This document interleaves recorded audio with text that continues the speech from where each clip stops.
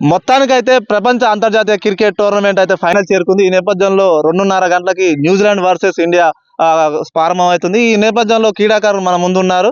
వాళ్ళ అభిప్రాయాలు ఇండియా టీంలో ఎట్లాంటి చేంజెస్ చేసుకుంటే గెలిచే అవకాశాలు ఉన్నాయో వాళ్ళ మాటల్లో తెలుసుకునే ప్రయత్నం అయితే చేద్దాం. చెప్పండి సార్.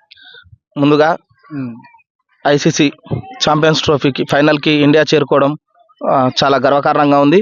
మరియు మునుపెన్నడూ లేని విధంగా బ్యాటింగ్ లైనప్ చాలా బాగుంది. మనోళ్ళందరూ మంచి ఫామ్లో ఉన్నారు. విరాట్ కోహ్లీ మంచి ఫామ్లో ఉండు. రోహిత్ కెప్టెన్సీ అంతకంటే అద్భుతంగా ఉంది. స్పిన్నర్లు మనోళ్ళు చాలా బాగా రాణిస్తున్నారు.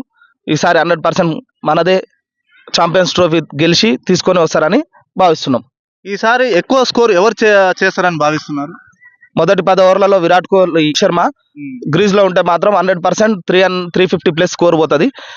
స్టార్టింగ్ విరాట్ కోహ్లీ ఇస్తే మాత్రం 100% కప్పు మనదే, గెలుస్తున్నాం. భారత్ టాస్ గెలిస్తే బౌలింగ్ ఎంచుకోవాలన్నా బ్యాటింగ్ ఎంచుకోవాలన్నా? బౌలింగ్ ఎంచుకుంటే బాగుంటుందని మేము భావిస్తున్నాం. ఎందుకంటే మన దగ్గర చేజింగ్ మాస్టర్ విరాట్ కోహ్లీ ఒకరు, మంచి బ్యాటింగ్ లైనప్ ఉంది కాబట్టి ఎలాంటి స్కోర్నైనా చేజ్ చేసే గలిగే సత్తా మన దగ్గర ఉంది. అంతకు తగ్గట్టుగా బౌలర్లు కూడా, స్పిన్నర్లు కూడా మంచిగా రాణిస్తారు. ఆ స్పిన్ కి అనుకూలంగా ఇస్తున్న పిచ్ కాబట్టి బౌలింగ్ తీసుకుంటే బాగుంటుందని అనుకుంటున్నాం. న్యూజిలాండ్ టీంలో విలియమ్సన్ చాలా మంచిగా ఆడుతున్నాడు. వాళ్ళని అరికట్టాలంటే ఎలాంటి వ్యూహాలు చేయించాలి భారత్? ముందుగా మహమ్మద్ షమి మొదటి 10 ఓవర్ల లోపే రచిన్ రవీంద్ర, విలియమ్సన్ వికెట్ తీసుకోవాలి మ్యాచ్ గెలవాలంటే. ఇంకొకటి స్పిన్నర్లు కూడా మంచిగానే రాణిస్తున్నారు కాబట్టి 100% వాళ్ళిద్దరిని తీసేస్తారని అనుకుంటున్నాం. ఆల్రెడీ గతంలో వాళ్ళని ఒకసారి ఓడించడం జరిగింది. మరొకసారి కూడా ఓడించి కప్ కైవసం చేసుకోవాలని భావిస్తున్నాం.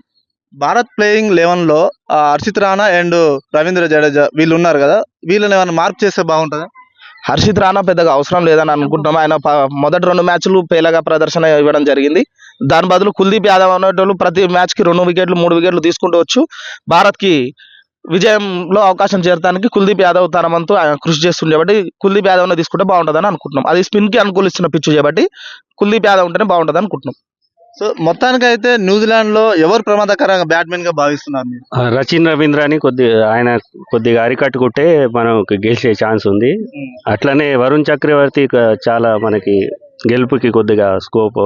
ఆయన కొద్దిగా మిస్టరీ స్పిన్నర్ కాబట్టి ఆయనకు వికెట్లు తీస్తాడని భావిస్తున్నాం.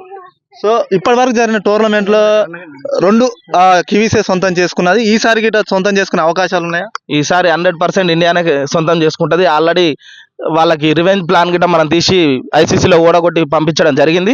మళ్ళీ వచ్చినా గిట్లా న్యూజిలాండ్ ఈసారి ఓడించి ఇండియా కప్ కైవసం చేసుకుంటుందని 100% మేము భావిస్తున్నాం. సో ఓవరాల్ గా చూసుకుంటే ఫైనల్ ఆరంభానికి ముందు మీరు టీమిండియా తరపున ఏం చెప్తారు సందేశం? టీమిండియాకి ఆల్ ద బెస్ట్ చెప్పడం జరుగుతుంది. 100% కప్ మనమే గెలవాలి. మీరు గెలుస్తారని 140 కోట్ల జనాభా మీ మీద నమ్మకం పెట్టుకొని వెయిట్ చేస్తుంది. ఆ నమ్మకాన్ని మీరు తిరిగి తీసుకొస్తారని మేము అనుకుంటున్నాం. కివీస్ని 100% ఓడగొడతాం. ఓకే, ఆ అభిమానులు చెప్తున్న ప్రకారం అయితే దాదాపు అయితే 140 కోట్ల జనాభా భారత్ కప్పు కొడుతుందని ఆశిస్తున్నారు. టీమిండియా అన్ని రంగాల్లో బ్యాటింగ్, ఫీల్డింగ్, ప్రతి రంగంలో అన్ని రంగాల్లో కొనసాగుతుంది. చాలా కట్టుదిట్టమైన ఊహాలతో భారత్ రచిస్తుందని చెప్తున్నారు. కెమెరా పర్సన్ రమేష్తో న్యూస్ 18 నల్గొండ జిల్లా ప్రతినిధి.